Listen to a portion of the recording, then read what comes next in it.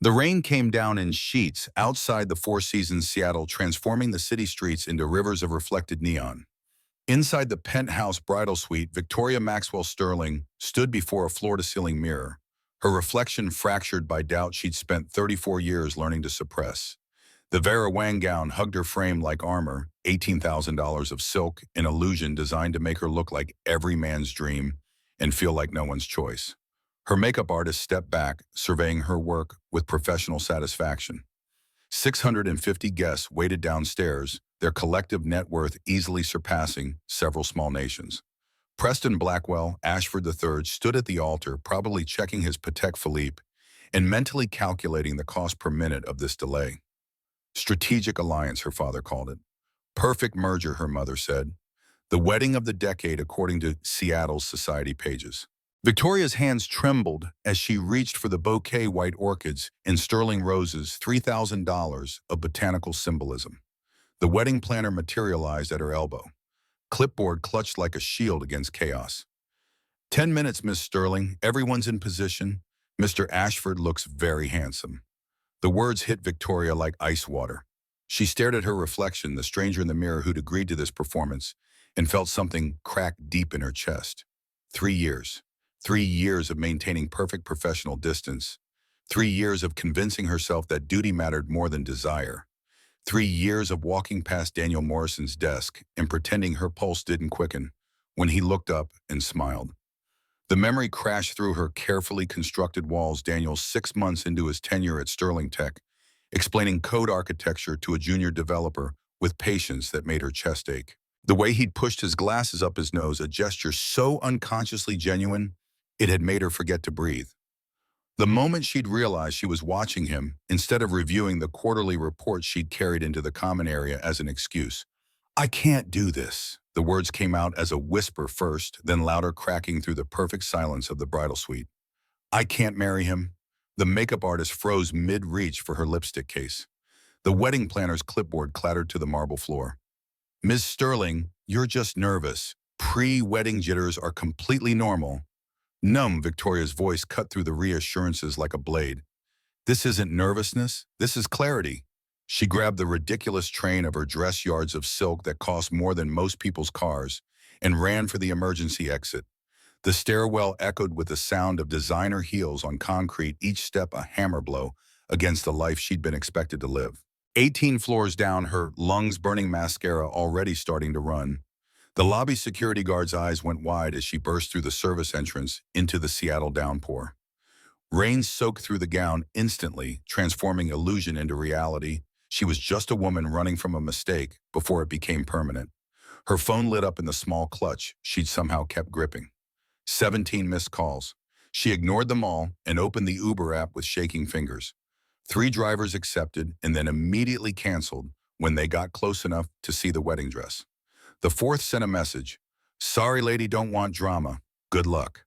Victoria stood on the corner of 5th and Pine, rain streaming down her face, bouquet wilting in her hands, and made a choice. She started walking.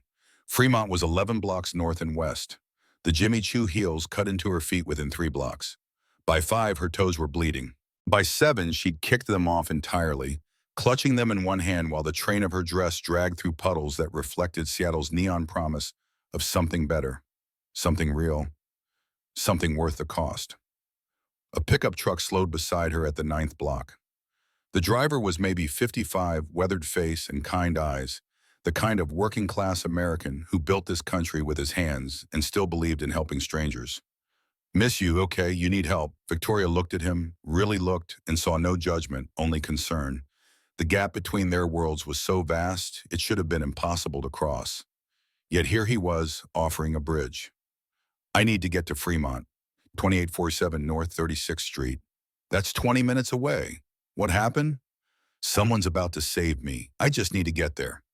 He studied her for a long moment, then nodded toward the passenger seat. Hop in. The truck's interior smelled like coffee and sawdust. The radio played low, some country station Victoria would never admit to her circles that she sometimes listened to when driving alone. The news broke through the music after 2 miles. Breaking CEO Victoria Sterling of Sterling Tech reportedly fled her wedding ceremony at the Four Seasons. 650 guests remain at the venue. Stock futures are already reacting to the news. The driver's eyes found hers in the rearview mirror. That's you, ain't it? Victoria met his gaze without flinching. Yes, he nodded slowly, turned the radio down. Well then, sometimes running away is the bravest thing a person can do. Means you know what you deserve. The words settled into Victoria's chest, taking root. She'd spent her entire life running toward expectations. Her father's vision, her mother's approval, the board's demands, society's scripts. For the first time, she was running toward what she wanted, consequences be damned.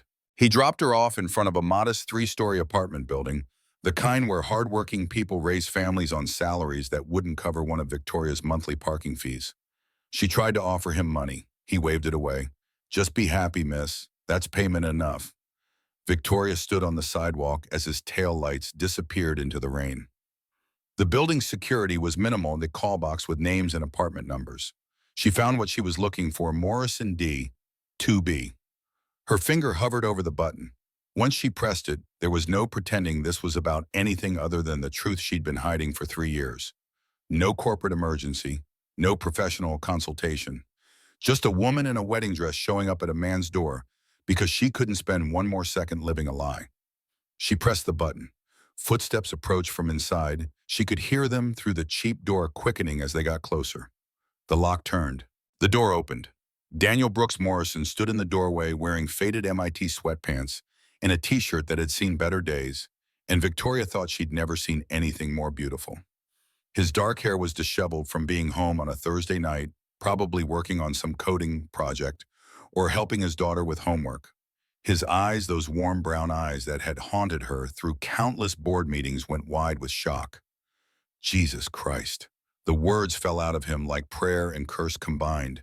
He blinked once, twice, as if she might be a hallucination conjured from too many late nights and not enough sleep. Victoria, what? His voice fractured mid-question. 3 years of professional distance, of carefully maintained boundaries, of pretending they didn't feel the electricity that sparked every time they were in the same room. All of it shattered by her standing in his doorway, drenched and desperate. I couldn't do it. The confession poured out of her like rain. I was standing there about to promise forever to someone I don't love, someone I've never loved, and all I could think about was you. How you laugh when something genuinely surprises you. How you explain complex problems with patience that makes me want to be better. How every morning for 3 years walking past your desk has been the only moment in my day that feels real. Daniel stepped back, shaking his head, hands rising as if to ward off the truth she was throwing at him. You're my boss. This is impossible. We can't. Daddy, the small voice came from behind him, and Victoria's heart stopped. She'd known about Lily. Of course, knew Daniel was a single father, knew his wife had died 3 years ago from a brain aneurysm, knew he'd rebuilt his entire life around protecting his daughter from further loss. Knowing was different from seeing. Lily Catherine Morrison appeared at her father's side, 6.5 years old, wearing frozen pajamas and clutching a stuffed rabbit that had clearly been loved into submission. Her brown eyes, so like her father's, went impossibly wide as she took in Victoria's appearance. Whoa, are you a real princess? Victoria found herself kneeling without conscious decision, bringing herself to eye level with the child who stood between her and the man she'd just upended her life to be honest about. Not a princess, sweetheart, just someone who wore a fancy dress. Lily tilted her head, studying Victoria with the brutal honesty only children possessed. How come you're crying? The dress is really pretty. Because sometimes grown-ups cry when they have to make hard choices. Ms. Rodriguez says being brave means doing the hard thing even when you're scared. She paused, considering. Are you being brave? The question hit Victoria harder than any board challenge ever had. She looked up at Daniel, who stood frozen in his doorway, torn between protecting his daughter and confronting the woman who just crashed into his carefully reconstructed life. I'm trying to be. Lily nodded with the wisdom of someone who'd faced loss too young and learned resilience from necessity. That's good. Being brave is important. She reached out and patted Victoria's wet arm. You should come inside. You'll catch cold. Daniel's face cycled through a dozen emotions Victoria couldn't name. Finally, he stepped aside. Lily, honey, go back to your room. I need to talk to Miss Sterling. The little girl studied them both with knowing eyes, then nodded. Okay. But Daddy, she looks sad. Don't be mean. She scampered off, leaving Victoria and Daniel alone in the small entryway of an apartment that cost less per month than Victoria's weekly dry cleaning bill. You shouldn't be here, I know. When people find out, and they'll think we've been having an affair. I know. My daughter just lost her mother. She can't lose stability again because I made a selfish choice. This isn't selfish, Daniel. This is the first honest thing I've done in years, honest. He ran his hands through his hair, a gesture Victoria had memorized through 1,000 stolen glances. You're the CEO of a $4 billion company. I'm a software architect who makes $94,000 a year and lives in a 2-bedroom apartment. You were supposed to marry Preston Ashford III tonight. And instead, you're standing in my living room in a wedding dress telling me what exactly that you had some kind of epiphany. I'm telling you I love you. The words came out simple and devastating. I've loved you since 6 months after you started at Sterling Tech. Since the day I walked into the cafeteria and saw you explaining recursion to Marcus Chen with so much patience, I wanted to cry. Since I realized that every decision I made about the company, I was subconsciously wondering what you'd think. Since I understood that the only reason I stayed engaged to Preston was because the alternative, being brave enough to admit this, terrified me more than a lifetime of pretending. Daniel stared at her, and Victoria watched him process the information like he processed complex code, methodically looking for the patterns, searching for the logic that would make this make sense. 3 years, 2 months, 16 days. She smiled without humor. I'm good with numbers. And you never said anything. You were grieving. Your wife had just died. Your daughter needed stability. And I was your boss. What was I supposed to say? The silence stretched between them, heavy with 3 years of unspoken words. Victoria could hear Lily singing softly in her bedroom, some song from school, oblivious to the adult complications unfolding in the living room. I told myself Sarah was it for me. Daniel's voice was rough, unpracticed at this kind of vulnerability. Told myself I'd had my chance at love, and losing it meant I was done. That being Lily's dad was enough, that I could go to work and come home and build a safe, small life where nothing would ever hurt that badly again. And then you walked into the office one day wearing that gray suit and chewed out the board for considering layoffs, told them that people weren't line items, and if they wanted to cut costs, they should start with their own salaries. You were magnificent, terrifying, completely out of reach. And I felt something I hadn't felt since Sarah died. What did you feel? Hope that I could feel anything at all. Victoria stepped closer. Daniel didn't step back. From the first month you worked there, I've memorized how you take your coffee, how you push your glasses up when you're concentrating, how you get this small smile when you solve a problem no one else could crack. I've watched you be kind to everyone from the janitor to the board members, treating them with the same respect. I've seen you leave early on Tuesdays for Lily's violin lessons and come back late on Thursdays to finish projects because you don't believe in cutting corners. Partnership without love is just a long-term business contract, and I refuse to sign away my life. That's a good line. It's true. She was close enough now to see the flecks of gold in his brown eyes, which is why I'm here. Not because I expect you to fix this or save me or make this make sense. I'm here because I needed you to know, before the world goes insane and the lawyers get involved and the board tries to destroy me. I needed you to know that when I left that wedding, I wasn't running away from Preston. I was running toward you. Lily will be affected by this. The media, the gossip kids at school, I know. I could lose my job over this. I know. Every tech company in Seattle will think I'm a gold digger who seduced his billionaire boss. I know. She reached up, touched his jaw. I know all the reasons this is impossible. I've listed them to myself 1,000 times. That's why I stayed engaged. That's why I said yes when Preston proposed. Because it was safe, expected, the kind of merger everyone understood. But standing in that bridal suite today, looking at a future where I'd spend 50 years pretending to be content, I realized something. What, I'm 34 years old, and I've never once done something just because it was what I truly wanted. Every choice has been calculated, strategic, designed to build the company, satisfy the board, make my father proud. And you made me want to be brave enough to actually live instead of just achieving. This is going to be complicated as hell. Good. I'm done with simple. Simple as bullshit. Daniel's hand came up to cup her face thumb, tracing her cheekbone with a tenderness that made Victoria's breath catch. 3 years of careful distance collapsing into this single moment of contact. If I kiss you right now, there's no going back. You know that I'm counting on it. His lips met hers, and Victoria felt the world rearrange itself around this new truth. The kiss wasn't smooth or practiced. It was desperate and honest, 3 years of denied wanting, pouring out all at once. Her hands fisted in his t-shirt, his fingers tangled in her wet hair. The wedding veil slipped off, and neither of them cared. When they finally broke apart, both breathing hard, Daniel rested his forehead against hers. "What have we done?" Told the truth. Her smile was shaky but genuine, the most terrifying thing possible. Victoria's phone had been buzzing persistently in her clutch. She finally pulled it out, saw the screen lit up with notifications. 47 missed calls. The names scrolled in by like an indictment: James Sterling, Preston, Ashford, Catherine Sterling, Rebecca Walsh. A text from Preston made her blood run cold. "You humiliated me in front of 650 people. My family, business partners. You will regret this. Call me now." Her father's message was simpler. "Victoria Elaine, whatever you're doing, stop. Come home. We'll fix this." Daniel read over her shoulder, his body tensing. "They're going to come after both of us. Let them." Victoria's jaw set with the same determination that had tripled Sterling Tech's revenue in 5 years. "We tell the truth first. Control the narrative before they control it for us. How press release. From me. Honest. Public. Before anyone can twist this into something it's not."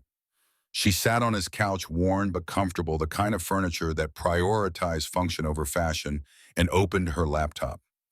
Daniel sat beside her, close enough that their shoulders touched, and Victoria felt anchored by the contact. The statement wrote itself: "Tonight, I left my wedding to Preston Ashford III because I could not marry someone I do not love. I have developed feelings for Daniel Morrison, a colleague at Sterling Tech. Our relationship began after I ended my engagement, not before. I take full responsibility for my choices and their consequences. I will not apologize for choosing honesty over convenience." Daniel read it, then looked at her with something between terror and admiration. "You're sure about this?" "Completely." She paused. "But this affects you too. What do you want to say?" His hands hovered over the keyboard. Then he added, "I am Daniel Morrison. I have worked at Sterling Tech for 3 years. Victoria Sterling and I maintained a strictly professional relationship until tonight. I will not apologize for caring about an extraordinary woman. I only ask that my daughter be left out of any media coverage of this situation." "Perfect." Victoria's finger hovered over the send button. "Once this goes out, everything changes." "Everything already changed when you knocked on my door." She sent it at 11:47 p.m. Within 3 minutes, her phone exploded. Twitter notifications, news alerts, text messages flooding in faster than she could read them. Our runaway CEO started trending nationally. The comments ranged from supportive to vicious. Our CEO privilege at its finest. She can do whatever she wants. That poor man, she's going to destroy him. Iconic. This is what courage looks like. Gold digger alert. He saw an opportunity. She's my hero for choosing happiness. This is everything wrong with corporate America. Daniel's face had gone pale, reading the responses. What did we just do? Started the hardest fight of our lives. The night bled into morning with neither of them sleeping, Mom. Victoria took the couch despite Daniel's protests. She lay there in borrowed clothes, one of his old shirts and sweatpants that she had to roll at the waist, listening to the sounds of his apartment, the hum of the refrigerator, distant traffic, Lily talking in her sleep about violin practice, and her friend Zoe. At 5:30 a.m., small footsteps padded into the living room. Lily climbed onto the couch with the casual fearlessness of children sitting cross-legged and studying Victoria with frank curiosity. "You're still here. Is that okay?" "Yeah," Lily tilted her head. "Are you still sad, a little less than before?" "That's good. Daddy says sadness gets smaller when you're brave about it." She leaned in conspiratorially. "Do you like pancakes? Daddy makes them on Fridays." "I love pancakes." Daniel appeared in the kitchen doorway, looking exhausted and uncertain. The domesticity of the moment, a father making breakfast, a child chattering about school, Victoria sitting on their couch in borrowed clothes, felt both foreign and exactly right. They ate together at a small table that wobbled slightly on uneven floors. Lily dominated the conversation with stories about her teacher, Ms. Rodriguez, and detailed opinions on why purple was objectively the best color. Victoria, who normally ate protein bars in her car while reviewing quarterly reports, found herself actually tasting food for the first time in years. At 6:15 a.m., someone knocked on the door with the kind of authority that suggested they expected to be obeyed. Daniel checked the peephole and his entire body went rigid. Shit, who your father? James Robert Sterling stood in the hallway looking like he'd stepped out of a board meeting, 6 feet 3 inches of silver-haired authority in a $6,000 suit. Daniel opened the door and Victoria watched her father take in the scene, his daughter in men's pajamas, a child eating pancakes, the clear evidence of overnight stay. Mr. Morrison, I presume, sir. I need to speak with my daughter. Daniel's spine straightened, and Victoria felt something warm unfurl in her chest as he stepped between her father and the apartment. If you're here to yell at her, I'll have to ask you to leave. James's eyebrows rose, surprised and perhaps grudgingly impressed. Brave. Standing up to your employer's father, you must care about Victoria quite a bit. I do. Victoria stood, moved to the doorway. Dad. Victoria Elaine Maxwell Sterling. Her father's use of her full name was a weapon he rarely deployed. We need to talk. Now. Lily appeared at Daniel's side, eyes wide at the imposing stranger. Are you Miss Sterling's dad? You look just like in the pictures at her office. James looked down at the child with the awkwardness of a man who'd built an empire but never learned to talk to 6-year-olds. Yes, I'm Victoria's father. Lily stuck out her hand with perfect manners.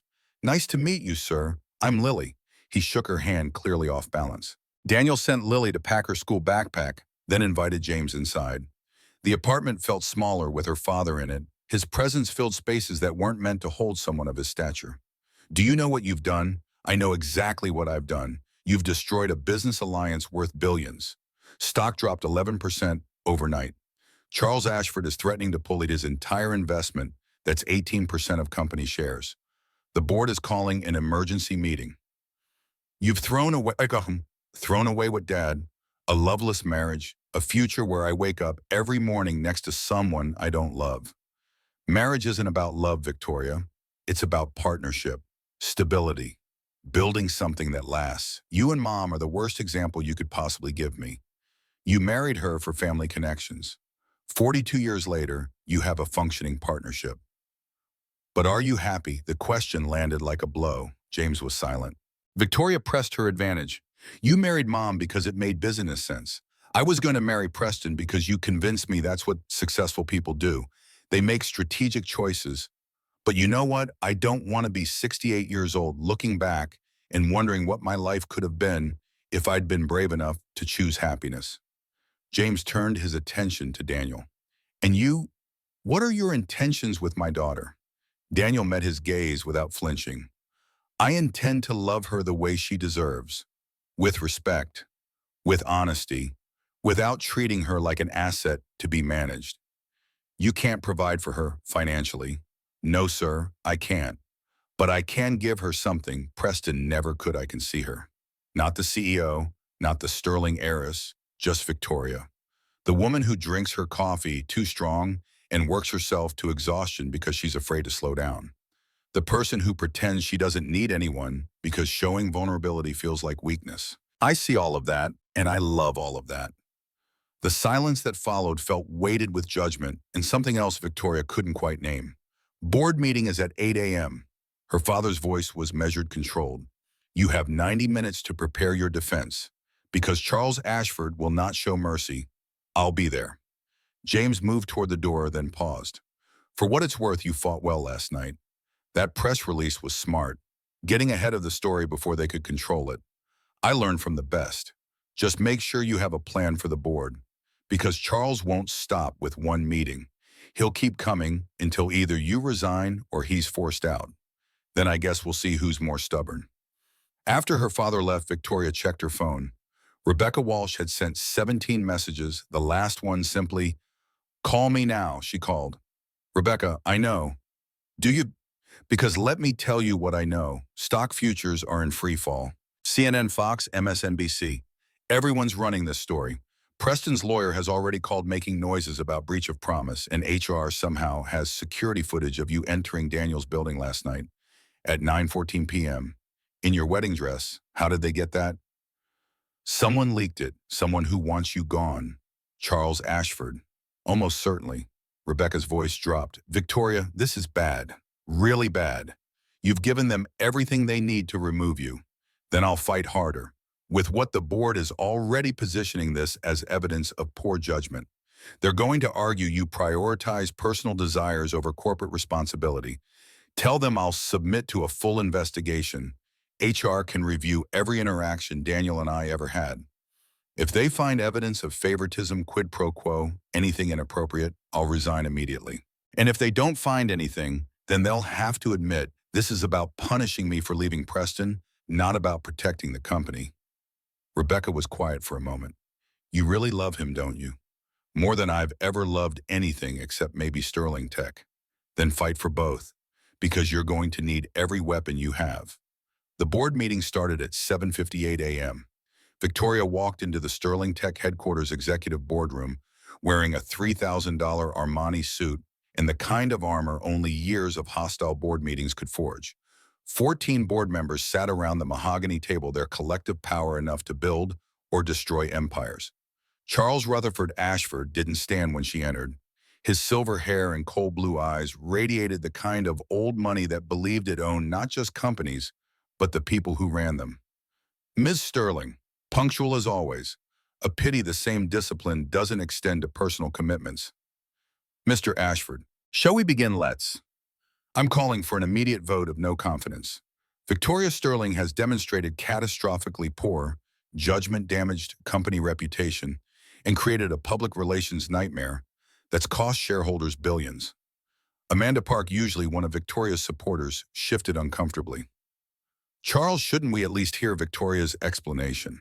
Her explanation was broadcast to the world last night. He pulled up her press release on the projector, along with her admission of involvement with a subordinate employee. The next slide made Victoria's blood run cold. Security camera footage timestamp 9:14 p.m. showing her entering Daniel's apartment building. Timestamp 6:47 a.m. showing her still there. 9 hours in a subordinate's apartment, in your wedding dress, and we're expected to believe nothing inappropriate occurred. Murmurs rippled around the table. Victoria forced herself to remain calm, channeling every lesson her father had taught her about board combat.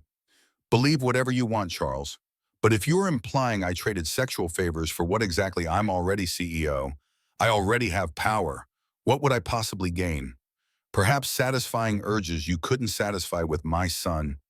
The words hung in the air like poison. Several board members gasped. James Sterling's voice cut through the shock. Charles, that's completely out of line. Victoria held up a hand, stopping her father. No, let him talk. This is exactly his tactic. Make this about sex instead of about my right to choose who I marry. She pulled up her own laptop, connected it to the projector. You want to talk about judgment? Let's discuss results. 5 years as CEO, revenue up 340%. 7 major government contracts won. Employee retention at 94%, highest in the industry. Stock price before this week up 127% from when I took over. 23 patents filed last year alone. The numbers filled the screen, undeniable and damning to Charles's narrative. I left Preston because I don't love him. I went to Daniel because I needed someone I could trust. Yes, I have feelings for him, but we didn't do anything inappropriate. No sexual contact occurred. No promises were made. Just honesty, apparently a foreign concept in rooms like this. Charles leaned forward, predatory. Convenient story, but he works for you. Every interaction is inappropriate by definition. Amanda found her voice. Actually, our workplace romance policy requires disclosure before a relationship begins. Since Victoria and Daniel didn't have a relationship until after she left Preston, there's no policy violation. Victoria seized the opening. I'm willing to submit to a complete investigation, phone records, emails, witness interviews. If there's any evidence of favoritism or inappropriate conduct during the time we were both employed here, I'll resign immediately. Marcus Reynolds, a tech veteran who'd seen multiple CEOs come and go, spoke up. Victoria, I respect your integrity, but the optics are terrible. Stock dropped 11%. Investors are panicking. Charles's family is threatening to withdraw 18% of holdings. How do we recover from this? By proving that integrity matters more than convenient lies. Victoria's voice rang with conviction. By showing that a CEO who lies about fundamental aspects of her life will lie about other things too. You want a leader who pretends to be happy in a loveless marriage? Or do you want one brave enough to live truthfully? The room fell silent. Victoria let the question hang. A CEO who fakes personal happiness will fake quarterly earnings. A CEO who marries for appearances will merge for appearances. I've given you 5 years of honest leadership and real results. Judge me on that, not on who I choose to love. Charles stood abruptly. I call for a vote, all in favor of Victoria Sterling retaining her position. Hands rose slowly, Amanda Park, Marcus Reynolds, 3 others, 5 total, all opposed. Charles's hand shot up, followed by 4 allies. 5 votes. A tie. 4 abstentions sat frozen, unwilling to commit either way. James Sterling, technically recused as founder, broke the silence. Motion fails. Victoria retains her position. However, the word hung heavy with conditions. You'll take a 30-day administrative leave while an independent investigation is conducted. You must restore stock price to within 5% of pre-scandal levels within 90 days. And Daniel Morrison must resign from Sterling Tech or transfer to a different division with no contact with you. Victoria's chest tightened. I accept the first 2 conditions. The third is unjust. Daniel did nothing wrong. Charles smiled without warmth. Then the motion stands. 30 days, Miss Sterling. The clock starts now. The board filed out, some offering sympathetic glances, others carefully avoiding eye contact. James lingered, waiting until they were alone. You fought well in there, but I still lost 30 days and Daniel lost his job. Did you think this would be easy? You declared war on one of Seattle's most powerful families. Charles won't stop. Then I'll fight harder. Her father's expression softened, barely perceptible, but there. There's something you should know. Your mother and I are separating. The world tilted. Watching you fight for real love made us realize something. 42 years we've had a partnership. A good one, professionally speaking. But not love. Never love. And at 68, I'd like to know what love feels like before it's too late. He moved toward the door, paused. You taught me something, Victoria. That it's never too late to choose truth over comfort. Don't let them take that from you. Victoria drove to Daniel's apartment, still in her suit, exhausted down to her bones. He opened the door before she could knock. He'd been watching the news. I've been fired. I know. I'm sorry. Don't be. This isn't your fault. Lily ran to Victoria, wrapped small arms around her legs in a hug that felt like absolution. Daddy said mean people made him lose his job. But I told him good people always find new jobs. Victoria picked her up, awkward but determined. You're very wise, Lily. The phone rang. Unknown number. Victoria's stomach clenched as she answered. A woman's voice, cold and clipped. Miss Sterling. This is Patricia Bennett, Daniel's mother-in-law. We need to discuss Lily's welfare. My lawyer will be contacting him about modifying the custody arrangement. The line went dead. Daniel's face drained of color. They can't take Lily. Victoria set Lily down, gently turned to Daniel. We'll fight this. With what money? Do you know what custody lawyers cost? Oh, no, his voice cracked with anger and fear. Don't say you'll pay for it. This isn't a problem you can buy your way out of. I'm unemployed. My daughter's grandmother is questioning my judgment. The entire tech industry thinks I'm a gold digger. How exactly do we fight that? Lily started crying. Victoria felt the weight of every choice she'd made in the last 24 hours crushing down. She'd destroyed a business alliance, crashed stock prices, cost Daniel his job, put a 6-year-old girl in the crosshairs of a custody battle, and she'd do it all again for one simple reason. For the first time in her life, she was living honestly. Daniel sank onto the couch, head in his hands. Lily climbed into his lap, still crying. Victoria stood in the middle of the small apartment and understood with perfect clarity that the hardest part wasn't over. It was just beginning. The investigation began on day 3. Ellen Martinez arrived at Sterling Tech headquarters with the practiced neutrality of someone who'd spent 20 years uncovering corporate secrets. She was 52, steel gray hair, pulled back severely, carrying a leather briefcase that had seen every variety of boardroom warfare. Her firm specialized in workplace conduct investigations, the kind companies hired when they needed unimpeachable findings to justify decisions already made. Victoria sat across from her in a borrowed conference room, technically barred from her own office during the administrative leave. The indignity of it burned, but she kept her expression neutral. Walk me through your professional relationship with Daniel Morrison. From the beginning, he interviewed 3 years ago for senior architect position. MIT graduate, brilliant technical mind references were impeccable. We had two other candidates with similar qualifications. Why did you choose him? Because during his presentation, one of our junior developers asked a question that revealed fundamental misunderstanding of the architecture we were building. The other candidates either didn't notice or didn't care. Daniel stopped his presentation, spent 15 minutes explaining the concept in 3 different ways until the kid understood. That told me everything I needed to know about his character. Ellen made notes without looking up. And when did your personal feelings develop? Approximately 6 months after he started. Maybe sooner. I didn't acknowledge them even to myself for a long time. The investigation consumed 2 weeks. Ellen interviewed 43 employees. She pulled every email Victoria and Daniel had ever exchanged, 847 messages over 3 years, each one scoured for evidence of impropriety. Phone records, calendar comparisons, performance reviews, promotion decisions. On day 16, she found it. Marcus Chen, one of the senior developers Daniel had befriended, had saved an email from 2 years prior. A casual exchange after work drinks when Marcus had asked if Daniel was ready to start dating again. Daniel's response written at 11:43 p.m. after probably too much beer. Honestly, the only woman I've been even remotely interested in is completely off limits. Even if Victoria Sterling wasn't my boss, she's so far out of my league, we're not even playing the same sport. But watching her work is like watching an artist. Makes me remember what it feels like to admire someone.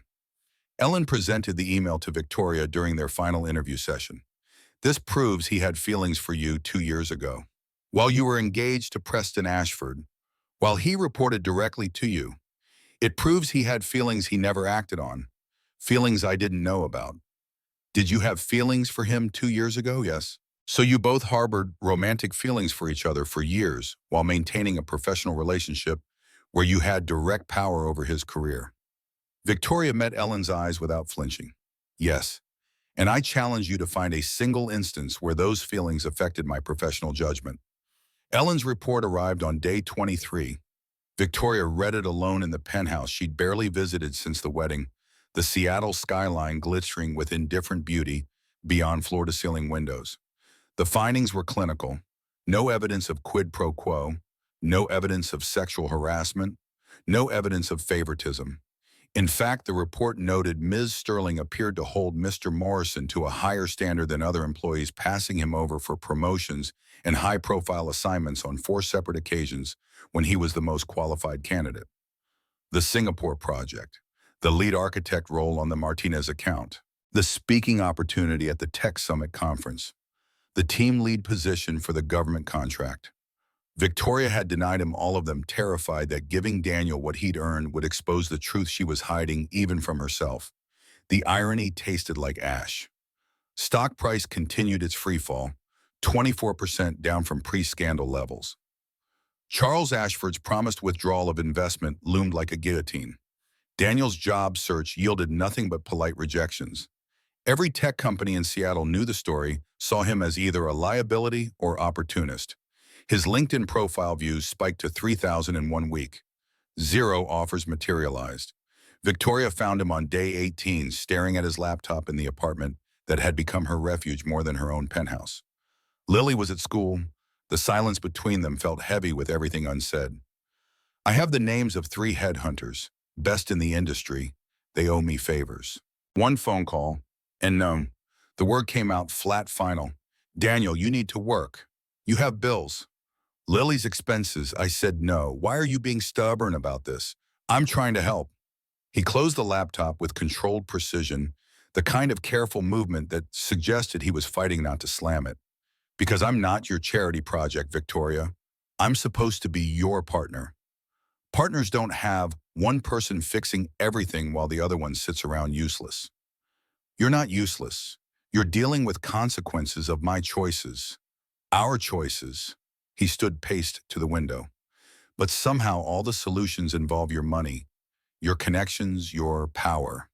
Do you have any idea what that feels like? To watch the woman you love fight battles you can't help with because you don't have the right last name or enough zeros in your bank account. I don't care about money.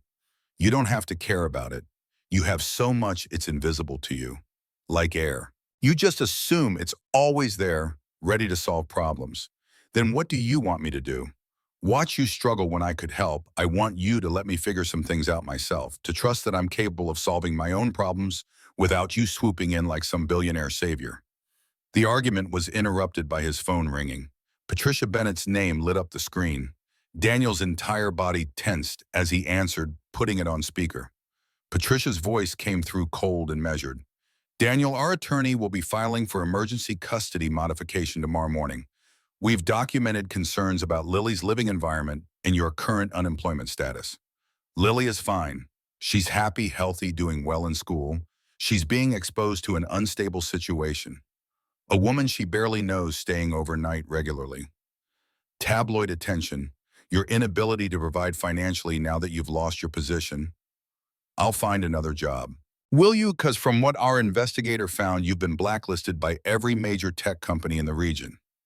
They see you as the man who had an affair with his billionaire boss. We didn't have an affair. The court will see security footage of Ms. Sterling entering your apartment at 9 p.m. in a wedding dress and not leaving until morning. They'll hear about your sudden unemployment. They'll consider whether a 6-year-old child should be in such an environment. Victoria grabbed the phone. Mrs. Bennett, this is Victoria Sterling. I understand your concerns, but I assure you nothing inappropriate has occurred in front of Lily. Her welfare is our absolute priority. Our Patricia's laugh was sharp. You've known my granddaughter for 3 weeks, and you're already speaking as though you have parental rights. I'm speaking as someone who cares about both Daniel and Lily. My daughter died 3 years ago. She trusted Daniel to raise Lily in a stable, wholesome environment, not to parade a series of women through that child's life the moment his grief became inconvenient. Daniel's face had gone white. Sarah would want me to be happy. Sarah would want her daughter protected. The custody hearing is scheduled for 6 weeks from now. I suggest you prepare accordingly. The line went dead. Daniel sank onto the couch, head dropping into his hands. Victoria watched him try to hold himself together and fail. His shoulders shook with silent crying, the first time she'd seen him break completely since Sarah's death. She sat beside him, not touching, giving him space to shatter. I can't lose her. The words came out broken. She's all I have left of Sarah. If they take Lily, I don't know how I survive that. They won't take her. You don't know that. His head lifted, eyes red. You don't know what family court is like. They'll look at my bank account, my employment status, my relationship with a woman worth billions, who I've known professionally for 3 years. They'll paint me as unstable as someone who prioritizes his love life over his daughter's welfare. Then we prove them wrong. How? By having you pay for lawyers I can't afford. That just makes their case stronger. The next blow landed 2 days later. Sterling Tech's general counsel called Victoria at 7 a.m. We've lost the Samsung partnership. $450 million over 3 years. They're citing leadership instability concerns. Victoria's hand tightened on her phone. Who made the decision? Their board. But the recommendation came from their North American CEO, who happens to golf with Charles Ashford every Thursday. Of course it did. There's more. The Pentagon contract is under review. The morality clause in the agreement apparently gives them grounds to reconsider partnerships with companies whose leadership is involved in public scandal. That contract is worth $200 million. I'm aware. Her lawyer's voice was grim. We're fighting it, but the optics aren't good. The Wall Street Journal ran the story the next morning. The article was a masterpiece of insinuation without direct accusation. Sterling Tech bleeds contracts as CEO's personal life overshadows business strategy. Charles Ashford was quoted extensively, his concerns about corporate governance framed as reluctant duty rather than vendetta. Victoria read it twice, then called her attorney, Rebecca Knowles, the most aggressive corporate litigator in Seattle. Rebecca, I need you to look into Charles Ashford's trading activity over the past month. Why? Because he's too happy about the stock price dropping. No investor celebrates losing money unless he's making it somewhere else. You think he's shorting Sterling tech stock? I think he's manipulating the market and profiting from it, which is securities fraud. If you're right, that's a massive case. Also incredibly hard to prove. Then prove it anyway. That's why you cost $500 an hour. Rebecca called back 6 hours later. Holy shit, tell me. Charles Ashford, through various shell companies and offshore accounts, has short positions on Sterling Tech worth approximately $300 million. He opened them 2 days before your wedding. He's made roughly $40 million so far as the stocks dropped. 2 days before the wedding, Victoria's mind raced. Somehow he knew I was going to leave Preston, or he was hedging his bets. Either way, this is illegal market manipulation, insider trading, SEC violation, multiple felonies. Can we prove it? My forensic accountants are pulling the paper trail now. It'll take time, but yes, we can prove it. How long? 2 weeks if we push hard. Maybe less. We have 6 days until the next board meeting. Push harder. The school's situation exploded on day 21. Principal Morrison, no relation to Daniel, just unfortunate coincidence, called requesting an immediate meeting. Victoria accompanied Daniel, feeling the weight of parental responsibility she had no legal right to claim. The principal's office was decorated with children's artwork and participation trophies, aggressively cheerful in a way that made the conversation to come feel more ominous. Mr. Morrison, Ms. Sterling, thank you for coming in. I want to start by saying that Lily is a wonderful student, creative, kind, academically strong. But Principal Morrison shifted uncomfortably. We've received complaints from several parents. They're concerned about the media attention about their children being exposed to adult situations through association with Lily. Victoria felt ice form in her veins. Lily is 6 years old. She's done nothing wrong. No one's suggesting she has. But some parents have requested their children not be placed in reading groups with her. Others have expressed concerns about playdates. You're allowing them to ostracize a child because they disapprove of her father's relationship. We're trying to navigate a difficult situation. The principal's tone took on defensive edges. Several families have threatened to transfer their children to other schools if we don't address their concerns. Daniel's voice was quiet, deadly. So you're punishing my daughter for my choices. We're not punishing anyone. We're trying to maintain a positive learning environment for all students. Victoria leaned forward, every inch the CEO who'd stared down hostile boards. Let me be very clear. If Lily is treated differently because of adult decisions she had no part in, I will personally ensure that every media outlet covering this story knows that Hawthorne Elementary allowed parents to bully a 6-year-old child whose only crime was losing her mother and having a father brave enough to be honest. I will make this school's discrimination a national conversation. Do you understand me, Ms. Sterling? That sounds like a threat. It's a promise. And unlike some people, I keep my promises. The meeting ended with tense assurances that Lily would be treated fairly. Walking to the car, Daniel was silent until they reached the parking lot. You can't threaten schools. Watch me. They're just trying to deal with difficult parents. By sacrificing a child, that's not difficulty, that's cowardice. She's my daughter. I should be the one fighting for her. Victoria stopped, turned to face him. She's a little girl I care about who's being hurt by choices I made. Let me help carry the weight of that. The weight landed fully 2 days later when Lily came home from school crying. Daniel was still out at a job interview that Victoria suspected would yield nothing. Victoria had been watching Lily, an arrangement that felt both natural and terrifying. The little girl's backpack hit the floor with a thud. She ran to her room without the usual cheerful greeting. Victoria followed, found her curled on the bed, clutching the stuffed rabbit. Sweetheart, what happened? Lily's voice came out muffled against the rabbit. Zoe said her mom says my daddy is a gold digger. I asked what that means, and Zoe said it's someone who only likes people for their money. That my daddy only likes you because you're rich. Victoria felt fury and heartbreak war in her chest. She sat on the edge of the bed. That's not true. Your daddy likes me because I make him laugh, because we talk about things that matter, because I see who he really is.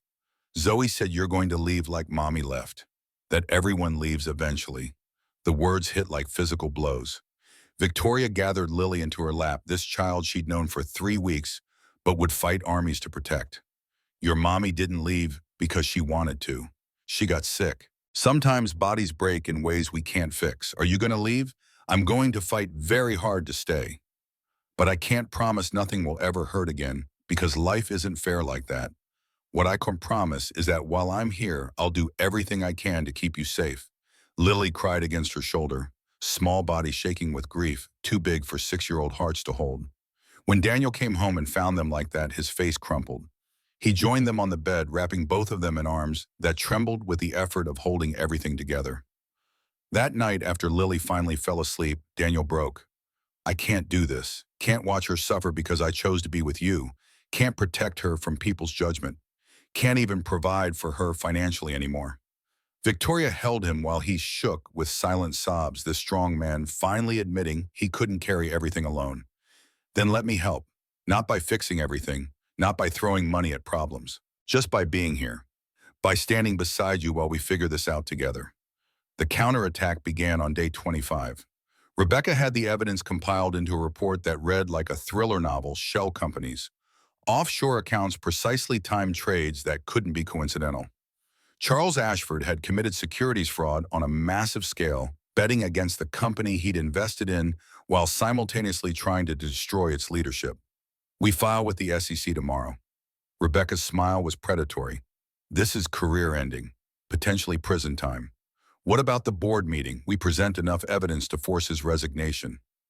Full disclosure to SEC comes after, but the threat alone should be sufficient. And Preston's lawsuit judge dismissed it this morning. Breach of promise to marry isn't actionable in Washington state. He's done. One piece of good news at least. There's more. I got you a sit-down with 60 Minutes. They want to do a piece on women leaders facing backlash for personal choices. National television.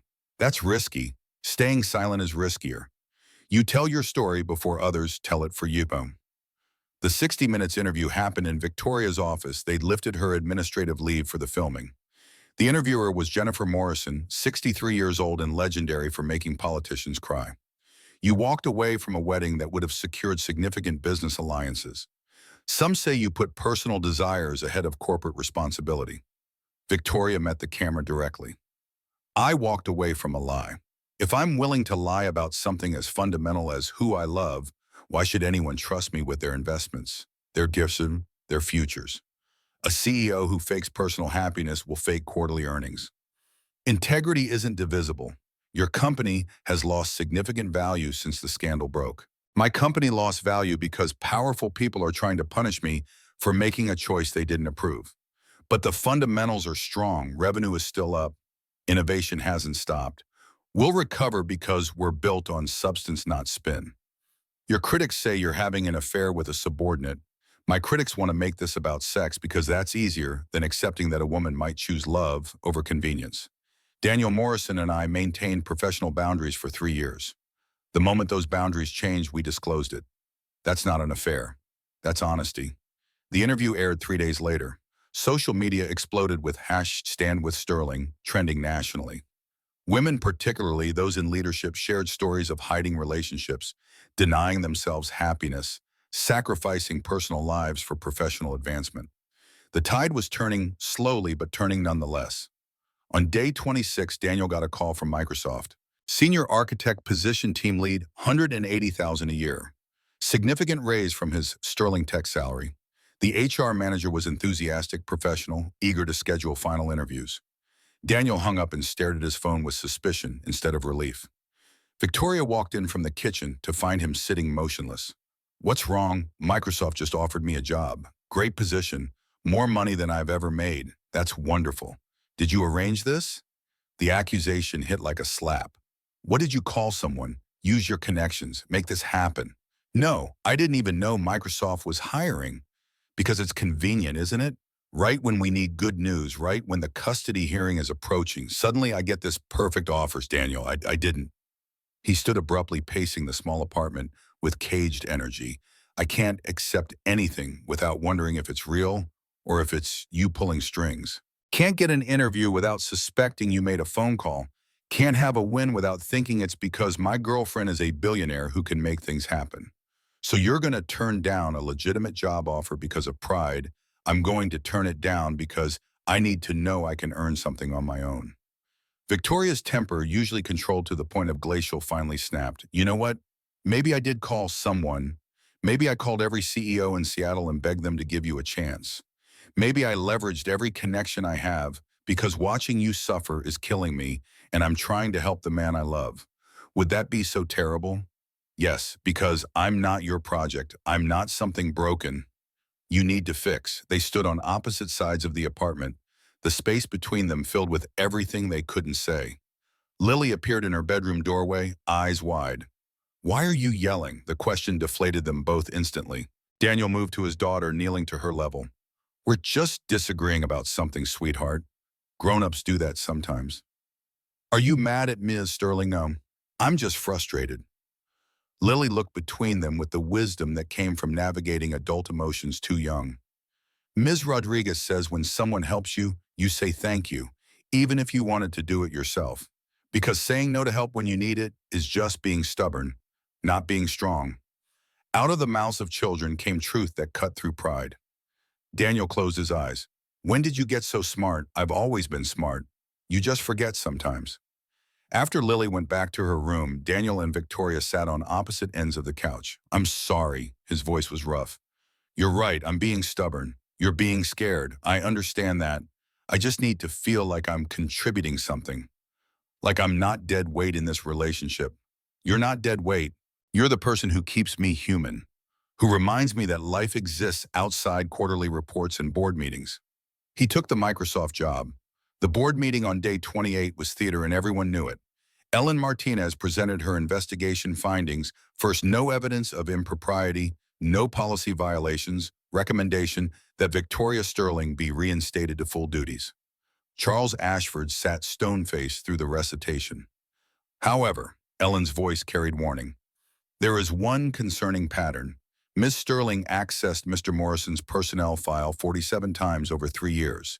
While each individual access had legitimate business justification, the frequency suggests possible personal interest that predates the disclosed relationship timeline. Charles pounced immediately. 47 times. That's evidence of obsession of inappropriate focus on a subordinate. Victoria was ready.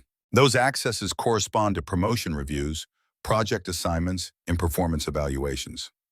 I accessed every senior architect's file with similar frequency. The difference is that with Daniel, I was being extra careful not to show favoritism. Every single one of those accesses was to verify I wasn't giving him preferential treatment. Amanda Park spoke up, her support firmer now than in previous meetings.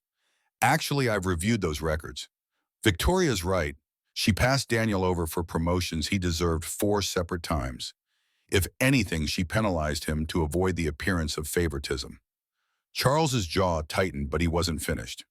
Regardless of individual findings, the damage to company reputation and shareholder value is undeniable. Stock is down 31%. We've lost $1.2 billion in market capitalization. That's unacceptable. Victoria stood pulling up her own presentation. You're right, the damage is real. But let's talk about who's actually causing it. She clicked to the first slide. Financial transaction records filled the screen. Charles Ashford, through shell companies in the Cayman Islands and Delaware, has short positions on Sterling Tech worth $300 million. He opened these positions 2 days before my wedding. As our stock dropped, he made approximately $40 million in profit. The room erupted. Charles's face went from red to white to crimson. That's a lie, it's documented fact. Rebecca Knowles entered with an armful of binders. My firm has traced every transaction. We've already filed preliminary reports with the SEC. This is textbook securities fraud and insider trading. Marcus Reynolds stared at Charles with disgust. You sabotaged your own investment. I didn't sabotage anything. I protected myself from Victoria's poor judgment. By betting against the company you claim to support, by actively trying to destroy shareholder value so you could profit from the collapse, Amanda called for a vote before Charles could respond. All in favor of accepting the investigation findings and reinstating Victoria Sterling to full CEO duties. 9 hands rose. All opposed 3 hands, including Charles's. The motion carries. Amanda's voice was steel. Furthermore, I move that Charles Ashford be asked to resign from this board immediately pending SEC investigation into his trading activities. This is a witch hunt. This is accountability. The vote was unanimous, 11-0 with Charles abstaining. Charles gathered his materials with shaking hands. You haven't won, Victoria. Stock is still down. Investors are still fleeing. You have 6 months to restore value or the board will remove you anyway. Good luck building a company with your reputation in ruins. He left, slamming the door hard enough to rattle the windows. James Sterling spoke for the first time. He's right about one thing. 6 months to restore 31% value is ambitious. Then I'll be ambitious. The mandate was clear: restore shareholder value by day 180 or face removal. No administrative leave this time, just execution. Preston's lawsuit deposition happened on day 32 after the board meeting, but before the custody hearing. The courthouse in downtown Seattle was modern glass and steel justice wrapped in architectural ambition. Victoria sat across from Preston for the first time since the wedding. He looked older, tired, the entitled charm wearing thin under stress. His lawyer, a shark named Thomas Berkshire, led the questioning. Ms. Sterling, you signed a prenuptial agreement with Mr. Ashford that included specific performance clauses. Did you not? The prenup outlined financial arrangements in case of divorce. It said nothing about breaking an engagement. It included a clause about acting in good faith during the relationship. Did you act in good faith when you developed feelings for another man while engaged to my client? I acted in good faith by not marrying someone I didn't love.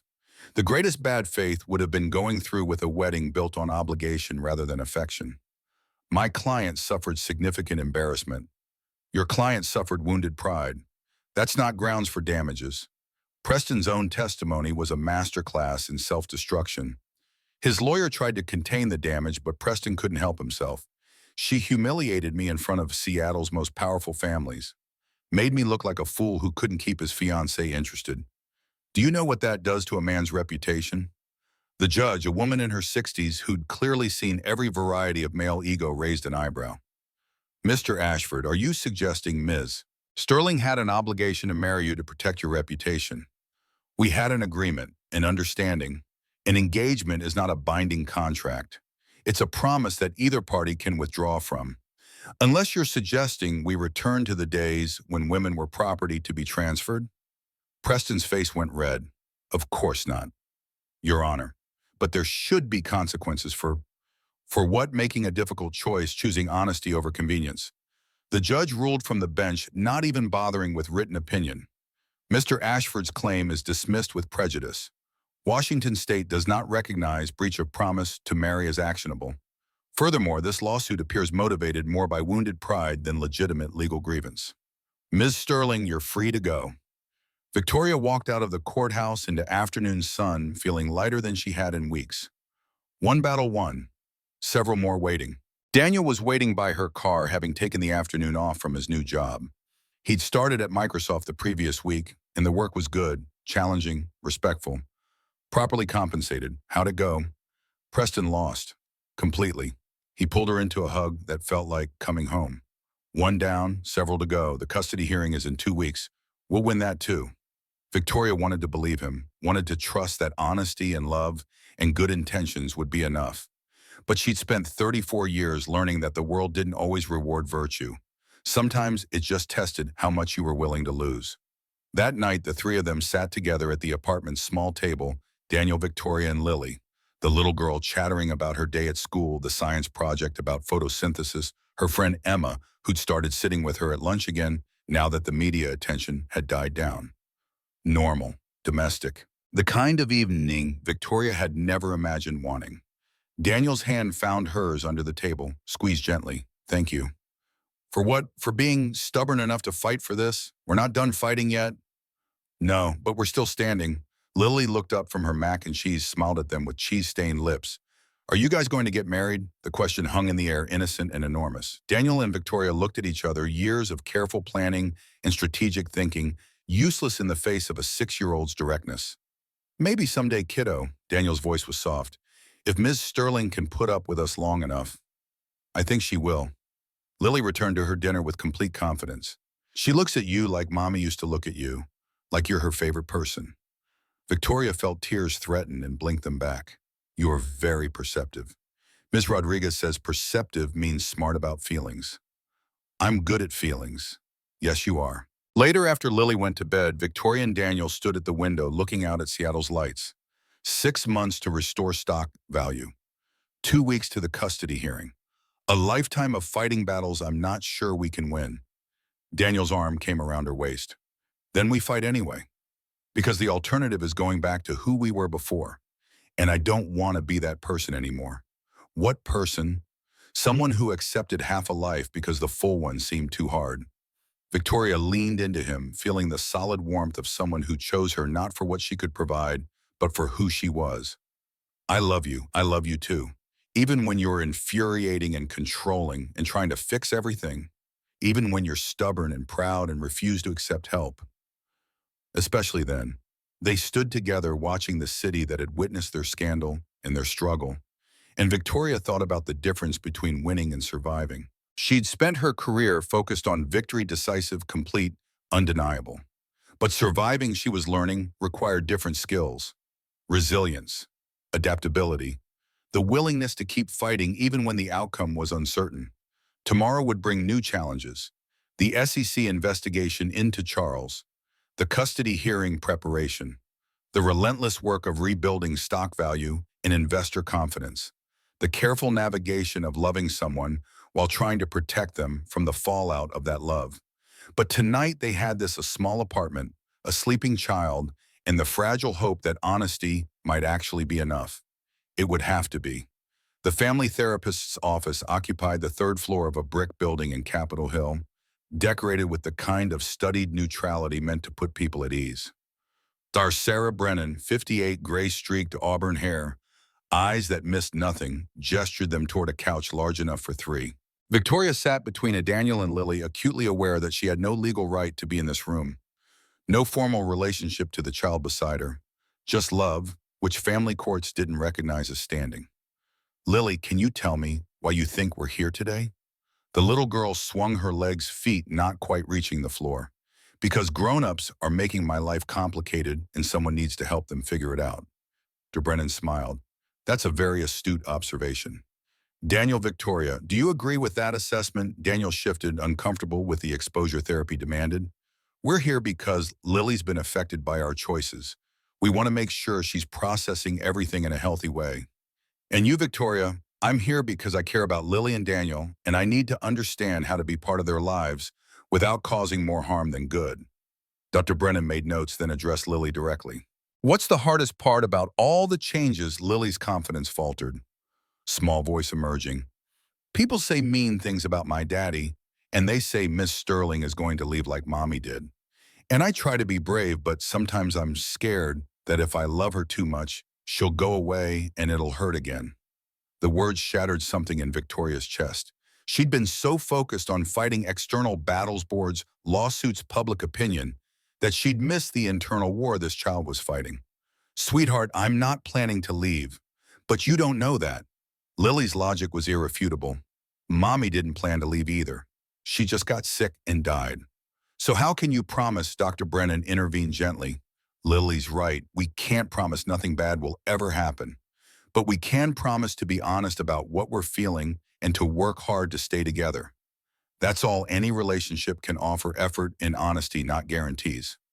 The session lasted 90 minutes. They talked about grief, about blended families, about the difference between replacement and expansion. Dr. Brennan gave them homework, weekly family meetings where everyone could voice concerns, a feelings journal for Lily, couples counseling for Daniel and Victoria to work through their separate issues. Walking to the car afterward, Lily took both their hands. Dr. Brennan is nice. I like that she doesn't treat me like I'm stupid. You're the smartest person I know. Daniel squeezed her hand. She's right, though, about not being able to promise. Lily looked up at Victoria. But if you promise to try really hard not to leave, that's good enough. I promise to try harder than I've tried at anything. Okay, the acceptance was simple, total. Can we get ice cream? Feelings are exhausting. The custody hearing arrived on a Tuesday morning that dawned clear and cold, Seattle's autumn asserting itself. Patricia Bennett sat across the courtroom with her attorney, a woman named Margaret Reeves, who specialized in grandparents' rights cases. Judge Catherine Morrison, still no relation to Daniel, despite the nominal coincidence, reviewed the case files with the methodical attention of someone who'd seen families destroy themselves over children they claimed to love. Mrs. Bennett, you're petitioning for modified custody based on concerns about the child's welfare. Summarize your position. Margaret Reeves stood her argument polished and devastating. Your Honor, Lily Morrison lost her mother 3 years ago to a sudden medical emergency. Since then, her father has provided stable, loving care. However, in the past 2 months, Mr. Morrison has lost his job, begun a relationship with a woman who was recently the subject of national scandal, and exposed Lily to significant media attention and social ostracism. We believe a more stable environment with maternal grandparents is in Lily's best interest. The evidence presented was clinical unemployment records, tabloid articles, school incident reports documenting the bullying Lily had faced. Patricia testified with the kind of grief that made her sound reasonable rather than vindictive. I loved my daughter. When she died, I trusted Daniel to raise Lily with the values Sarah would have wanted. But this new relationship, it's moving too fast, exposing Lily to instability. Daniel's attorney, Jennifer Park, paid for by Victoria despite Daniel's initial protests, was equally prepared. Mr. Morrison experienced a temporary employment disruption that has been resolved. He now works at Microsoft in a senior position with increased compensation. The relationship with Ms. Sterling, while publicly scrutinized, has been conducted with appropriate boundaries regarding Lily. She called witnesses, Lily's teacher, confirming academic excellence and emotional stability. Daniel's new supervisor praising his work, the family therapist, Dr. Brennan, explaining the healthy progress being made. Then she called Victoria. Ms. Sterling, describe your relationship with Lily Morrison. Victoria looked at the little girl sitting beside her grandmother, trying to be brave. I care about her deeply. She's smart, resilient, capable of insight that humbles me. I'm not trying to replace her mother, no one could. I'm just trying to be someone she can count on. You've known her for 2 months. Do you believe that's sufficient foundation for significant involvement in her life? I believe love doesn't operate on a timeline. I believe Lily deserves adults who show up honestly, rather than ones who perform stability. And I believe judging a family by traditional metrics misses what actually matters, whether the child feels safe and loved. Margaret cross-examined with precision.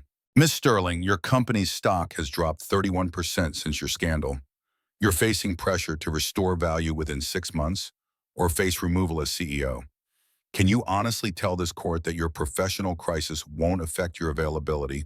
For Lily, my professional challenges make me more committed to maintaining work-life balance, not less. I've learned that success without relationships is just expensive emptiness. The phrase landed with quiet force. Judge Morrison made notes.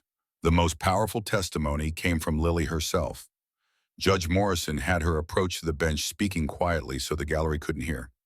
Lily, you understand why we're here. Grandma Patricia thinks she can take better care of me than Daddy. What do you think? I think Grandma loves me, but she's sad all the time about Mommy. And I'm sad too, but Daddy helps me be sad without being stuck. And Miss Sterling makes Daddy happy in a way he hasn't been since Mommy died. Do you feel safe with your father and Miss Sterling? Very safe. Even when grown-ups are being difficult, I know they're trying their best. Judge Morrison smiled despite herself. That's a generous assessment. Ms. Rodriguez says generous is a good way to be. The ruling came after a 30-minute recess that felt like hours. I've reviewed all evidence and testimony. While Mrs. Bennett's concerns about stability are understandable, the evidence shows that Lily is thriving in her current environment. Mr. Morrison has addressed employment concerns. The relationship with Ms. Sterling, while unconventional in timeline, appears to be conducted with Lily's welfare as priority. Most importantly, Lily herself expresses clear preference for remaining with her father. Patricia's face crumpled. Custody remains with Daniel Morrison. Mrs. Bennett retains grandparent visitation rights as previously established. This court finds no grounds for modification at this time. The gavel fell. Daniel's shoulders sagged with relief. Victoria felt Lily crash into her legs, small arms wrapping tight. We get to stay together, yes, sweetheart. We get to stay together. Patricia approached as they gathered belongings, her attorney hovering protectively. Daniel, Her voice fractured. I just wanted to keep her safe, the way I couldn't keep Sarah safe. I know. Daniel's generosity surprised Victoria. Come visit next week. Let Lily show you the science project she's working on. You're still her grandmother. That doesn't change. Patricia nodded, tears streaming, and left without another word. Outside the courthouse, Victoria's phone rang. Rebecca with news that couldn't wait. The SEC finished their investigation. Charles Ashford is being indicted on 14 counts of securities fraud and insider trading. They're recommending a plea deal, but if he refuses, he's looking at federal prison. How long? 7 to 10 years if convicted on all counts. The news should have felt like victory. Instead, it felt like exhaustion. I'll issue a statement. Thank you, Rebecca. There's more. Tesla just called. They want to discuss a partnership for autonomous vehicle software. It's potentially worth $800 million over 5 years. Victoria's mind shifted instantly into strategic mode. Set up a meeting, this week if possible. Already done. Thursday at 2, the work of rebuilding consumed the next 4 months. Victoria operated on 4 hours of sleep, fueled by coffee and stubborn determination. She personally courted investors who'd fled, presenting updated financials and strategic vision. She testified before congressional committees about tech sector innovation, raising Sterling Tech's profile. She launched 3 new product lines developed by teams who'd been waiting years for green lights. The Tesla partnership alone recovered 12% of lost stock value. A renewed Pentagon contract approved after intensive vetting confirmed the scandal hadn't affected operational capacity, added another 8%. Daniel watched her work herself to exhaustion, torn between admiration and concern. You're going to burn out. I'm fine. You're averaging 4 hours of sleep. You skipped lunch 3 days this week. You're not fine. She looked up from the quarterly report she was reviewing at midnight in the apartment she'd basically moved into without formal discussion. 6 months, Daniel. I have 2 months left to restore 31% value. We're at 28% recovered. I'm close. And if you collapse before you get there, then I'll get up and keep going. He crossed the room, took the report from her hands, closed the laptop. No, you're going to eat something, sleep for 6 hours, and trust that the company can survive 12 hours without you. I can't. You can. You're allowed to be human, Victoria. Even CEOs get to rest. She wanted to argue, but exhaustion won. She fell asleep on his couch, still wearing her suit, and when she woke 6 hours later, Daniel had covered her with a blanket and left a note. Lily's at school. I'm at work. There's breakfast in the fridge. The world didn't end while you slept. Love, D. The small kindness broke something open in her chest. James Sterling announced his retirement on a crisp November morning, 60 days before Victoria's deadline. The press conference was vintage James, direct, unemotional, perfectly timed for maximum impact. After 43 years building Sterling Tech, I'm stepping down from all board and advisory roles. My daughter has proven herself a more capable leader than I ever was. She doesn't need my shadow anymore. I'm going to spend whatever time I have left actually living instead of just working. Questions erupted from reporters. Is this related to your separation from Catherine Sterling? My personal life is personal. But I will say, watching my daughter choose authenticity over convenience taught me it's never too late to do the same. Do you support Victoria's relationship with Daniel Morrison? I support my daughter's happiness. If Mr. Morrison makes her happy, then I'm grateful he exists. The retirement freed Victoria in ways she hadn't anticipated. Without her father's implicit judgment hanging over every decision, she could lead with her own instincts rather than trying to prove herself worthy of his legacy. Stock price hit 29% recovery 3 weeks before her deadline. House hunting began in December. They'd outgrown Daniel's apartment, 3 people in 2 bedrooms, with Victoria essentially living there full-time created logistical nightmares. But finding a home that worked for all of them proved complicated. Daniel wanted something modest, affordable on his Microsoft salary, even though Victoria could buy any house in Seattle without blinking. I need to contribute equally to the mortgage. That's not financially rational. Victoria examined the listing for a Wallingford craftsman. I can pay cash and neither of us has debt. It's not about rational. It's about me not feeling like I'm living in your house because you let me. Then we structure it proportionally. You pay 20% of expenses based on income ratio. I pay 80.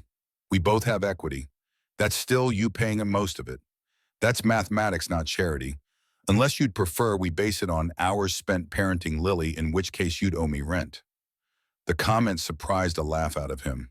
You're infuriating. I'm practical. There's a difference. Lily had her own requirements, a yard for science experiments, a room big enough for the telescope Victoria had bought her proximity to her school, and most importantly, a space that felt like theirs rather than someone else's house they'd moved into. They found it in Wallingford, a four-bedroom craftsman with a backyard designed for a family who'd raised three kids there before downsizing. The bones were solid, the neighborhood filled with other families, the commute reasonable for both Daniel's Microsoft office and Sterling Tech headquarters. Walking through it the first time, Lily ran from room to room, calling out discoveries. This one can be my room, and this one can be the office. And this bathroom has a window. Daniel stood in the kitchen, hand trailing over granite counters that had been updated sometime in the last decade. It's perfect. It's ours. Victoria's correction was gentle. If you want it, I want it. They closed 2 weeks later. Moving in was chaos. Victoria's minimalist penthouse belongings clashing with Daniel's family-friendly furniture, and Lily's explosion of books and toys and art supplies. They compromised, donated, argued over whether the living room needed a television or if reading corners were more important. Victoria yielded on the TV, Daniel yielded on the industrial coffee maker Victoria required to function. Lily got final say on paint colors, choosing purple for her room, despite Victoria's interior designer instincts screaming in protest. The first night in the new house, they ordered pizza and ate sitting on the floor because the dining table hadn't been delivered yet. Lily fell asleep between them, exhausted from excitement. Daniel carried her to her new room, tucked her into the bed they'd assembled that afternoon. We did it. His voice was quiet in the doorway.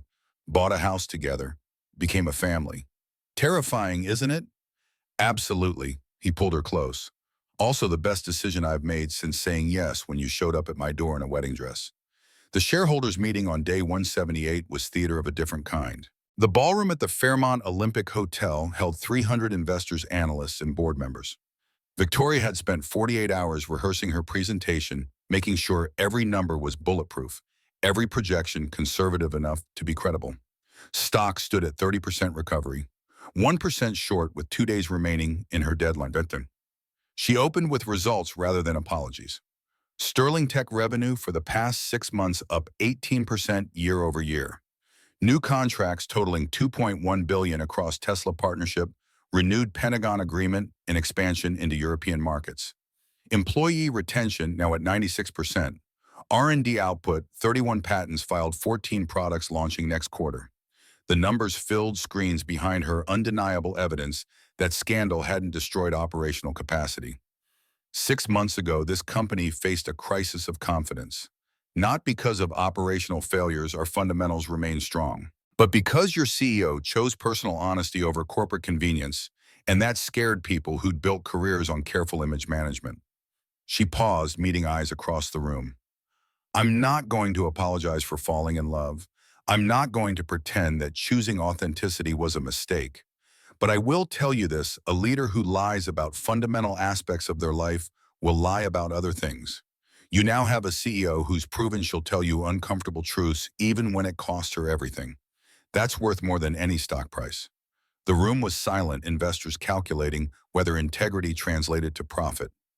Stock price currently sits at 30% recovery from scandal low.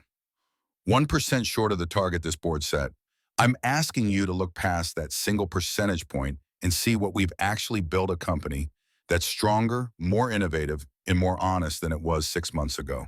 Questions came rapid fire about Tesla timelines, about Pentagon contract deliverables, about European expansion risks. Victoria answered each with precision, her preparation showing in details that impressed even hostile analysts.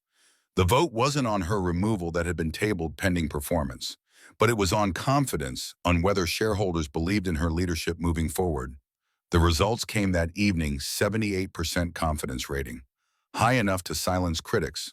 High enough to prove integrity and profit weren't mutually exclusive. Stock jumped 3% the next day on the confidence vote, news pushing total recovery to 33%. Victoria had won. The proposal wasn't what anyone expected because Lily planned it. She appeared at breakfast one Saturday morning in March with a hand-drawn diagram that featured stick figures, hearts, and what appeared to be contractual obligations written in purple crayon. I have a plan. Daniel looked up from his coffee, Victoria from her tablet. A plan for what, sweetheart? For us to be a real family, not just living together, but official. We are a real family. Daniel's voice was gentle, but not married. And marriages are important because they mean people promise to stay. Lily, we don't need marriage to promise that, but I need it. The words came out fierce, surprising.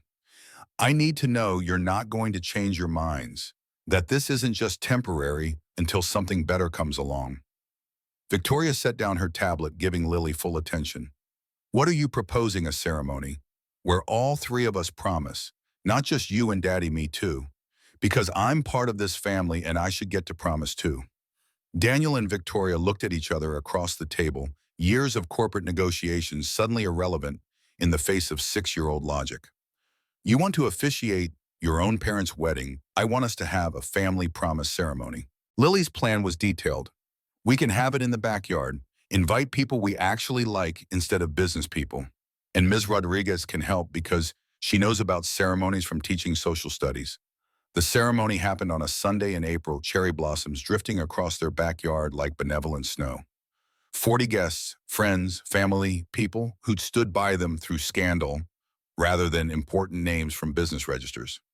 Lily wore a purple dress she'd picked herself, stood between Victoria and Daniel with the seriousness of someone entrusted with critical responsibility. We're here because families are made of promises, not just the easy ones like I'll make breakfast, but the hard ones like I'll stay even when things are scary. She'd written her own ceremony with Ms. Rodriguez's help, distilling marriage to its essence through a child's clarity. Daddy, do you promise to love Ms. Sterling even when she's being bossy about work? Daniel smiled. I promise to love her, especially when she's being bossy about work. Ms. Sterling, do you promise to love Daddy even when he's stubborn about accepting help? I promise to love him, especially when he's stubborn about accepting help. And both of you do.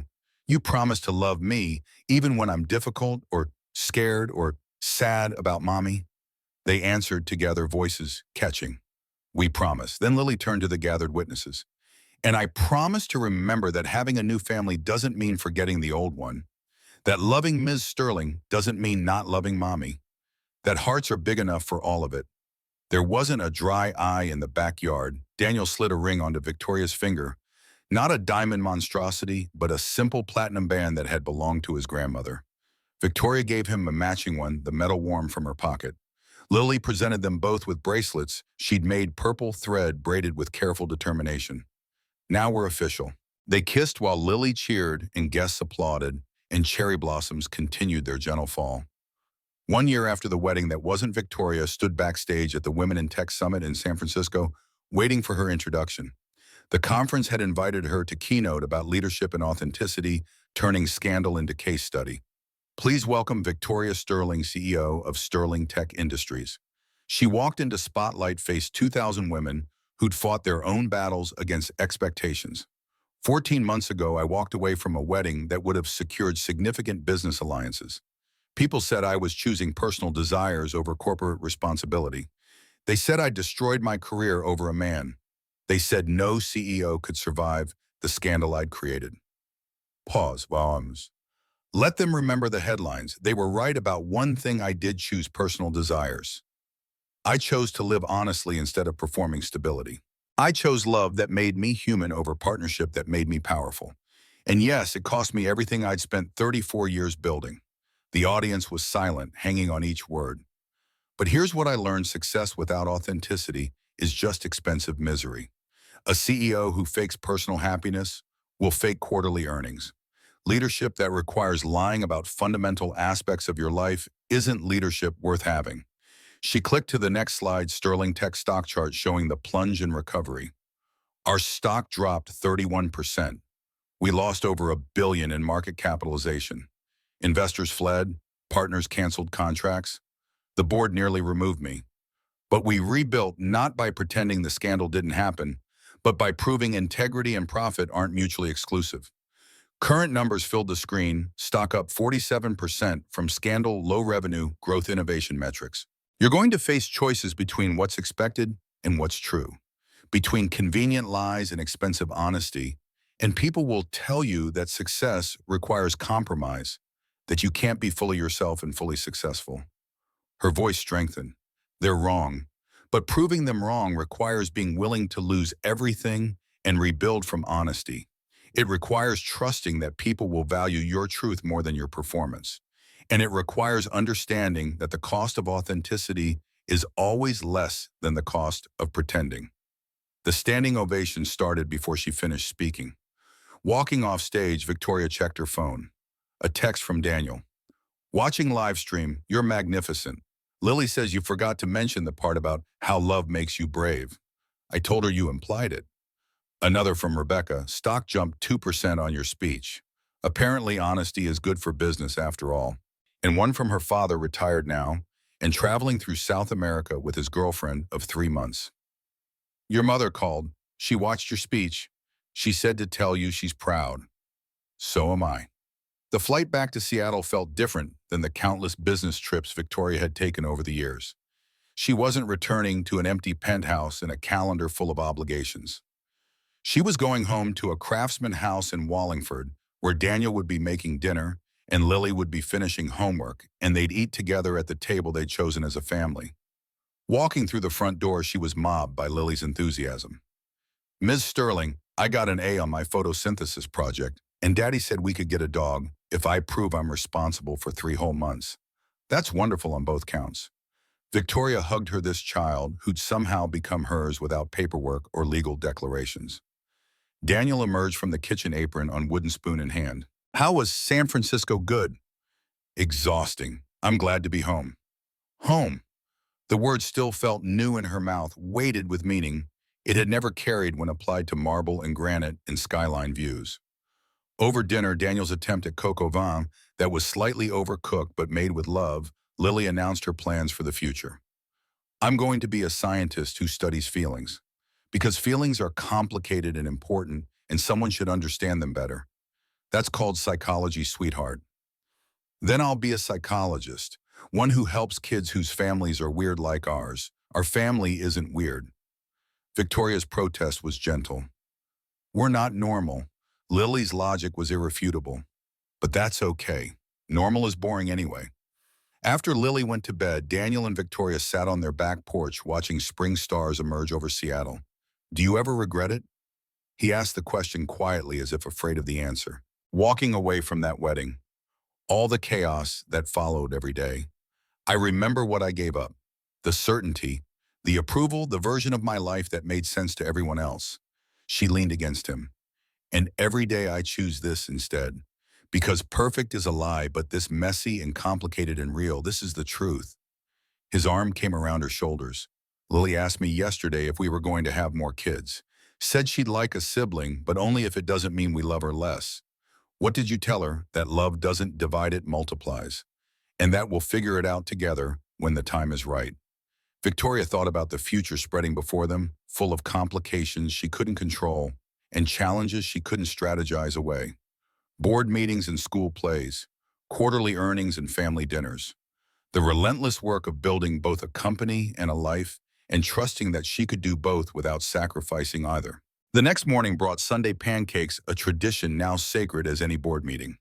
Lily chattered about her week ahead while Daniel cooked, and Victoria set the table, their movements synchronized through repetition and care. Can we go to the Space Needle today? We went last month, sweetheart. But I want to show Miss Sterling the view from the top now that she's officially my mom. Victoria's hands stilled on the plates. I'm not technically, you live here. You love Daddy. You help with homework and come to violin recitals and know how I like my pancakes. She counted on small fingers. That's what moms do. So you're my mom. The designation landed with weight Victoria hadn't anticipated. Not stepmom or dad's girlfriend or any of the careful qualifiers. Just mom. Daniel caught her eye across the kitchen, smiled. Okay. Victoria's voice was rough. We can go to the Space Needle. They drove through Seattle's Sunday morning quiet, Lily providing running commentary on every landmark. At the Space Needle, they ascended to the observation deck where the city spread below them like possibility. Lily pressed against the glass, pointing out their house, invisible in the distance, but present in their collective imagination. That's home. That's where we live, all 3 of us together. Victoria stood behind her Daniel's hand, finding hers, and thought about the difference between the view from her old penthouse and this one. The penthouse had shown her what she'd built. This showed her what she'd chosen. Below them, Seattle continued its life, people making choices, taking risks, building families from honesty instead of expectation. Somewhere in those streets, other women were deciding whether to stay in situations that felt safe or leave for truths that felt terrifying. Other men were weighing pride against partnership. Other children were learning that families came in countless configurations, all valid, all real. We should get a dog. Lily's pronouncement came sudden and certain. A big one that can protect our house and play fetch and sleep in my room. You said you'd prove responsibility for 3 months first. I've been very responsible for the past hour. That's like 3 months in kid time. Daniel laughed, the sound full and genuine in a way it hadn't been before Sarah died, before Victoria appeared in his doorway, soaking wet and desperate. Nice try, kiddo. They stayed at the observation deck for an hour, taking photos with tourists and watching the city wake fully to spring Sunday. Walking back to the car, Lily between them holding both their hands, Victoria felt the particular peace that came from having exactly what you needed rather than everything you wanted. Her phone buzzed with a message from Amanda Park. Board meeting Thursday. Quarterly results are exceptional. Your job is secure for the foreseeable future. Enjoy your Sunday. The relief was real but secondary. Job security mattered less than it once had now that her identity was distributed across multiple roles. CEO, yes, but also partner, parent, person who'd proven that honesty could survive contact with reality. That evening, after Lily was asleep and the dishes were done and the week's logistics were planned, Victoria and Daniel stood in their bedroom unpacking the emotional weight of the day. She called me her mom. I heard. That's terrifying. Welcome to parenthood. The terror is part of the deal. Victoria changed into borrowed pajamas, still sometimes sleeping in Daniel's old MIT shirts because they smelled like him and made her feel grounded. A year ago, I was supposed to marry Preston, build an empire through strategic alliance, live the life everyone expected. And now I make pancakes on Sundays and attend violin recitals and argue about whether we're ready for dog ownership. Regrets. She crawled into bed beside him, their room in their house and their life they'd built from wreckage. Only that I didn't do this sooner, that I wasted so many years being who I thought I should be instead of who I actually am. You weren't ready sooner. Neither was I. We got here when we were supposed to. They lay in comfortable silence, the kind that came from knowing each other's breathing patterns and nighttime rituals. Victoria's last thought before sleep was simple. She'd walked away from a $1 billion wedding and found something worth infinitely more, a life that felt like living instead of performing mode, that demanded truth instead of strategy, and a family built not on obligation, but on the radical choice to be honest, even when honesty cost everything. Monday morning arrived with rain and responsibilities. Victoria drove to Sterling Tech, walked through lobbies she'd traversed 1,000 times, but now the building felt different. Not smaller exactly, just proportional. One part of her life instead of the entirety of it. Rebecca met her at the executive floor with coffee and a smile. Stocks up another 2%. Your San Francisco speech is trending. Forbes wants an interview. Schedule it for next month. I'm taking a half-day Friday for Lily's school thing. The casual prioritization of a school event over Forbes would have been unthinkable a year ago. Now it felt natural. The board meeting that Thursday confirmed what Victoria already knew. Sterling Tech had not just survived scandal, but emerged stronger. Revenue growth exceeded projections. The Tesla partnership was ahead of schedule. Employee satisfaction scores hit record highs. Marcus Reynolds spoke what others were thinking. You proved something important, Victoria. That integrity isn't incompatible with success. That leadership can be honest and effective. The board made the right choice keeping you. Charles Ashford pled guilty. The news arrived via Reuters alert during Victoria's lunch meeting with potential investors. 7 counts of securities fraud, 3 of insider trading. Sentencing pending, but federal guidelines suggested 84 to 100 months. She felt no triumph, only exhaustion, that so much energy had been spent fighting battles that shouldn't have been necessary. That evening's family meeting, their weekly ritual, covered important topics. Lily's upcoming science fair, Daniel's project deadline at Microsoft weekend plans, and the ongoing dog campaign. I've been responsible for 7 weeks now. Lily's presentation included charts. That's like 2 months in regular time and 4 months in kid time. That's not how months work. But if I'm going to be a scientist, I need a lab assistant. Dogs are excellent lab assistants. Where exactly did you learn that research? She said it with complete seriousness. They compromise, visit the shelter this weekend, meet some dogs, discuss seriously as a family. Lily counted it as victory. 6 months after the custody hearing, Patricia Bennett called requesting dinner. They met at a quiet Italian place in Queen Anne neutral territory where reconciliation could happen without judgment. She looked older, grief having carved deeper lines around her eyes. I was wrong to try to take Lily from you. I was so focused on protecting her from loss that I didn't see she'd already found her way through it. You were grieving. Daniel's forgiveness came easier now. I understand that. Lily talks about Victoria like she hung the moon. Patricia's smile was bittersweet. Sarah would have liked her, I think, would have appreciated someone who made you happy again. I think so too. Can I see Lily more regularly? Not fighting for custody, just being her grandmother properly. We'd like that. The reconciliation was imperfect, ongoing, built on the understanding that family could survive conflict if everyone chose repair over righteousness. 1 year and 3 months after the wedding, that wasn't Sterling Tech stock hit an all-time high, 49% above pre-scandal levels. Victoria stood in her office watching the trading boards, Rebecca beside her. You did it. Not just recovered, exceeded. We did it, Victoria corrected. Everyone who believed integrity mattered. Forbes published their profile, Victoria Sterling and the Courage of Conviction. The article traced her journey from scandal to success, framed her story as case study in authentic leadership. It mentioned Daniel and Lily with respect, portrayed their family as evidence that traditional definitions of success were too narrow. Daniel read it at their kitchen table while Lily did homework. They make you sound like a superhero. I'm just someone who got tired of lying. That's what heroes do. They get tired of the wrong thing and do something about it. Lily looked up from her math problems. Can we get a dog now? I've been responsible for 12 weeks, and the article says you're successful, so we can afford dog food. The dog arrived 2 weeks later, a rescue mutt named Newton, half golden retriever and half chaos, who immediately claimed Lily's heart and their furniture. 2 years after the scandal, Victoria was invited to testify before Congress about workplace culture and authentic leadership.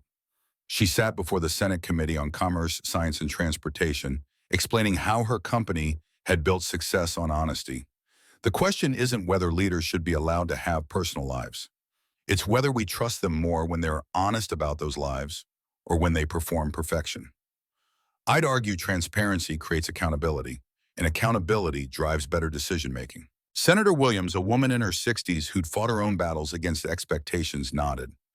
You're suggesting that vulnerability in leadership is strength, not weakness.